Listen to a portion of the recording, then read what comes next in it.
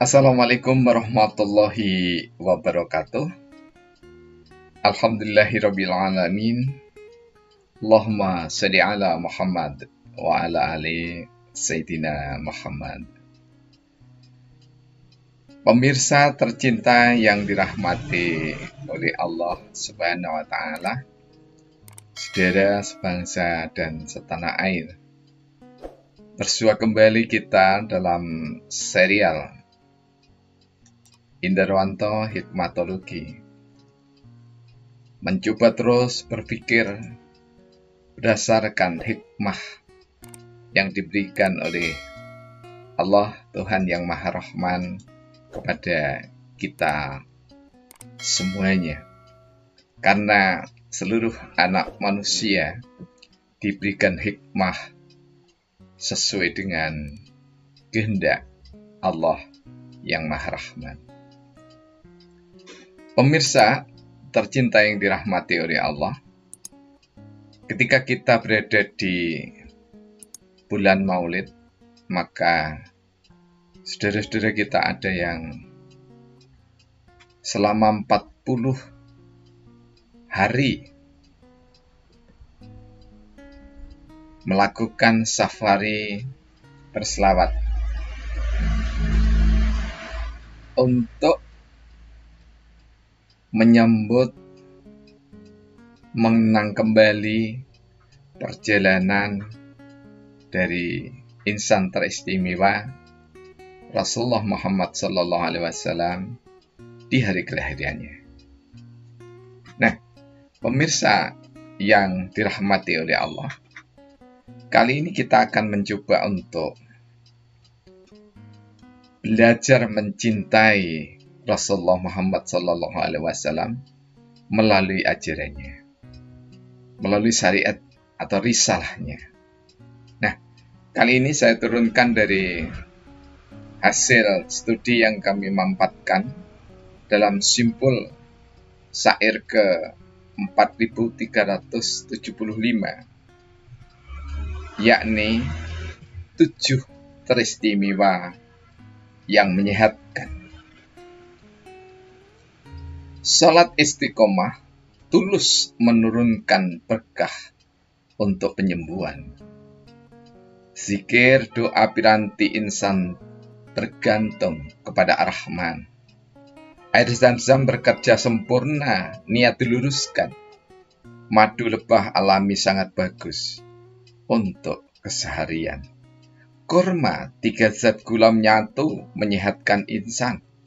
Habatus saudah penawar ragam penyakit yang bekerja menawan. Minyak zaitun penangkal penyakit sehat prima keseharian. Malang 10 Agustus 2018. Nah, pemirsa tercinta yang dirahmati oleh Allah Subhanahu wa Ta'ala, sebenarnya tidak ada satupun yang kurang ketika kita berusaha untuk menengok kembali syariat Islam. Karena itu menjadi gagap ketika ada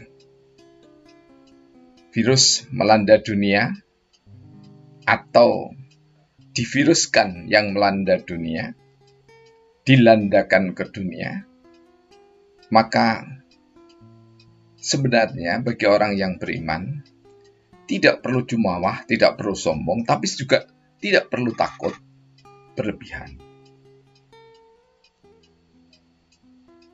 Bahkan Presiden Indonesia Joko Widodo juga memesankan jangan sampai takut berlebihan. Nah, pemirsa yang dirahmati oleh Allah Subhanahu wa Ta'ala, ada apa sebenarnya kita dunia sibuk dengan mencari vaksin, padahal vaksin itu bukan obat. Bahkan untuk orang tertentu vaksin itu justru akan membahayakan usia belia umpamanya, atau usia yang sudah tua. Nah, sedangkan 7 teristimewa yang menyehatkan dari syariat Islam, resep dari Maha Guru, kedokteran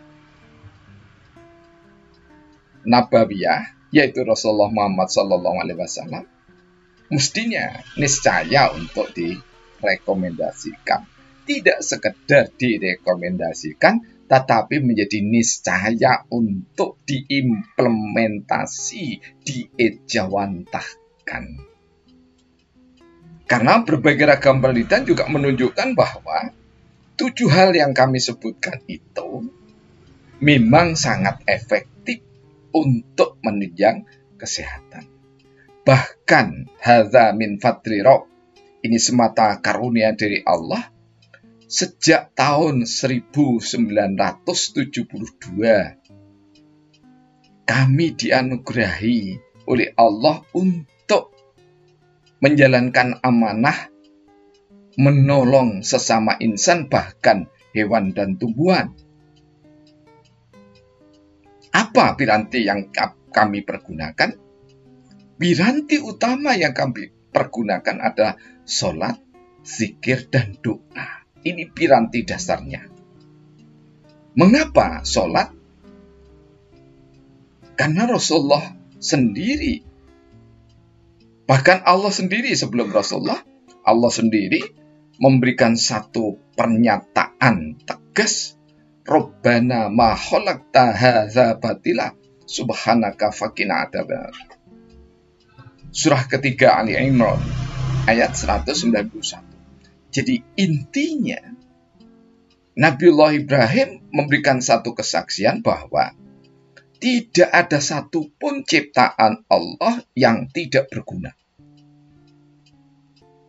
Nah, sholat adalah ibadah teristimewa dan terutama, tertinggi, termulia yang diperuntukkan bagi seluruh manusia, tentu yang mau mengamalkannya tanpa ada paksaan.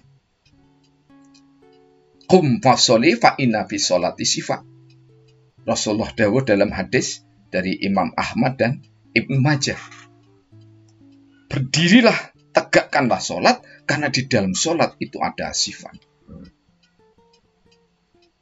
Ada penyembuhan. Karena itu kami berpendapat bahwa mestinya orang mukminin dan mukminat semakin tua bukan semakin menurun imunitasnya, tetapi justru semakin senior, semakin tua, insya Allah semakin kuat imunitasnya. Mengapa? Karena bergantungnya kepada Allah di usia 40 tahun ke atas, insya Allah akan lebih mantap keimanannya. Nah, karena itu sholat istiqomah tulus menurunkan berkah untuk penyembuhan. Zikir, doa piranti insan bergantung kepada Ar-Rahman. Karena betapapun kita berobat, Islam tidak menolak perkembangan kemajuan dalam kedokteran. Karena kedokteran sendiri diawali dari Nabi Idris alaihissalam dan disempurnakan dasar-dasarnya oleh Rasulullah Muhammad SAW, maka berdoa, zikir adalah niscaya. Ala bidzikrillah tatma'innul qulub. Hanya dengan mengingat Allah, maka degup jantung itu akan menjadi tenang secara biologis, secara spiritual. Semakin percaya, semakin yakin kepada Allah Subhanahu wa Ta'ala.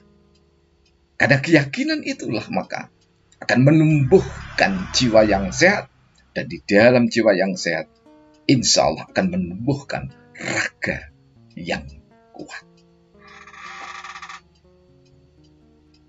Air Zam-Zam bekerja dengan sempurna, niat diluruskan, karena Rasulullah di dalam hadis Imam Ahmad bersabda, air Zam-Zam itu sesuai dengan tujuan siapapun yang meminumnya.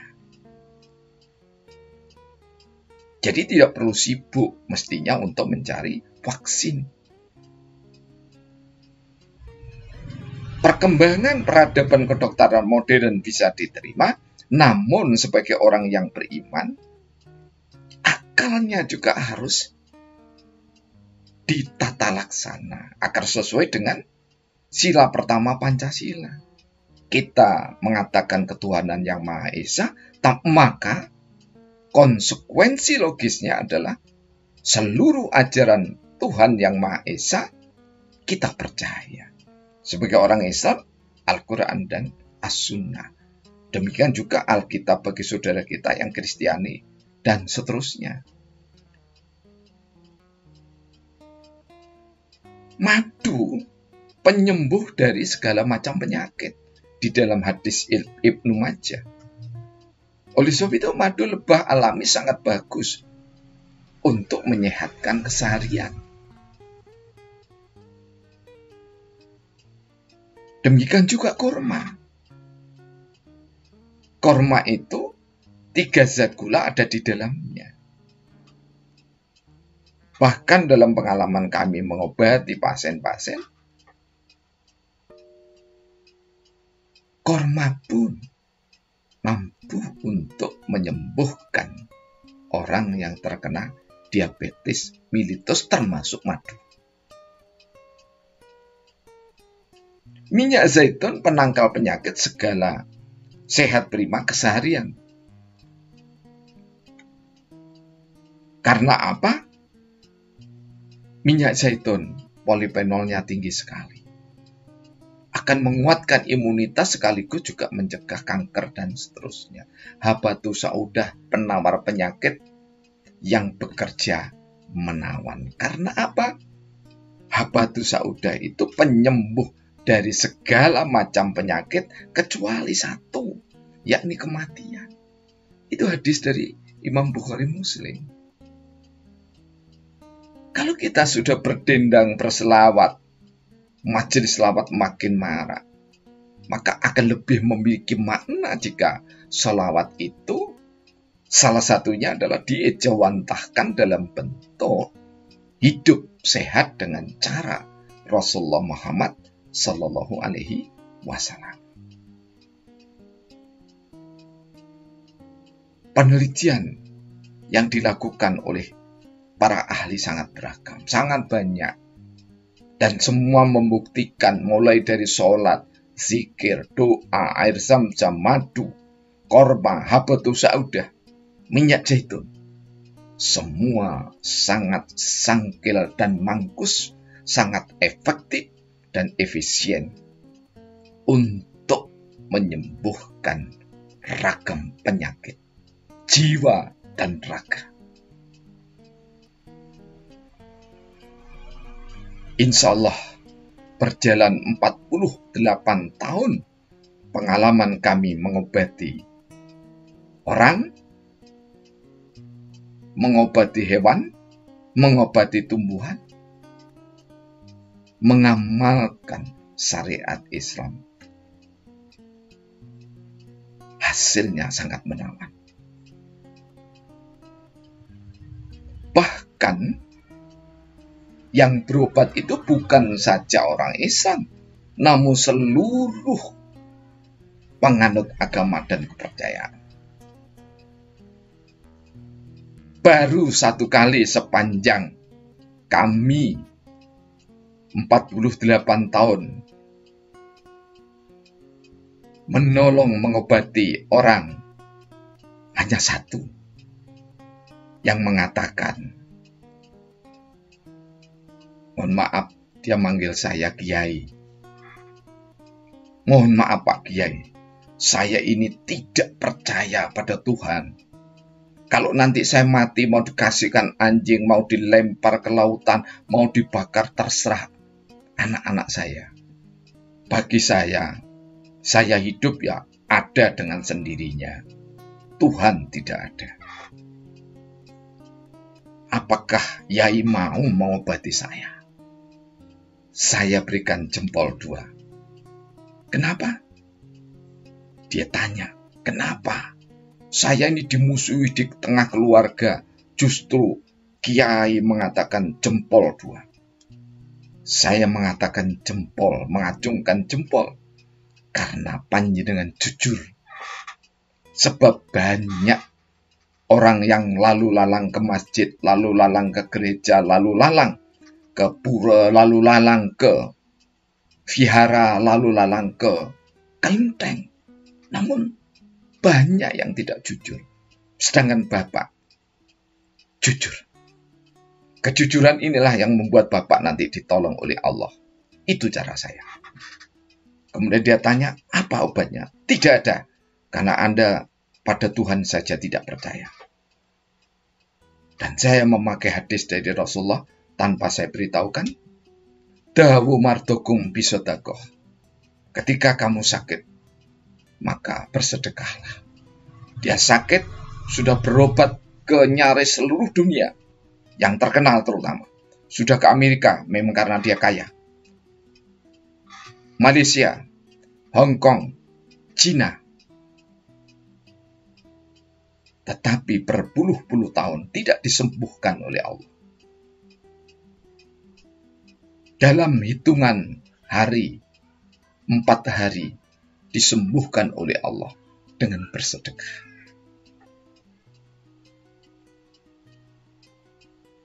Nah, pemirsa yang dirahmati oleh Allah Subhanahu wa Ta'ala. Bagi seorang tabib atau seorang pengobat, ustadz ataupun kiai, menolong sesama tanpa melihat latar belakang agama dan kepercayaan.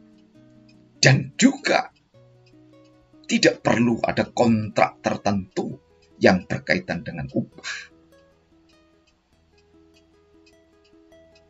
Jika memang seseorang membutuhkan, maka hadiah itu memang dihalalkan di dalam Islam. Tetapi sekali lagi, bukan keharusan.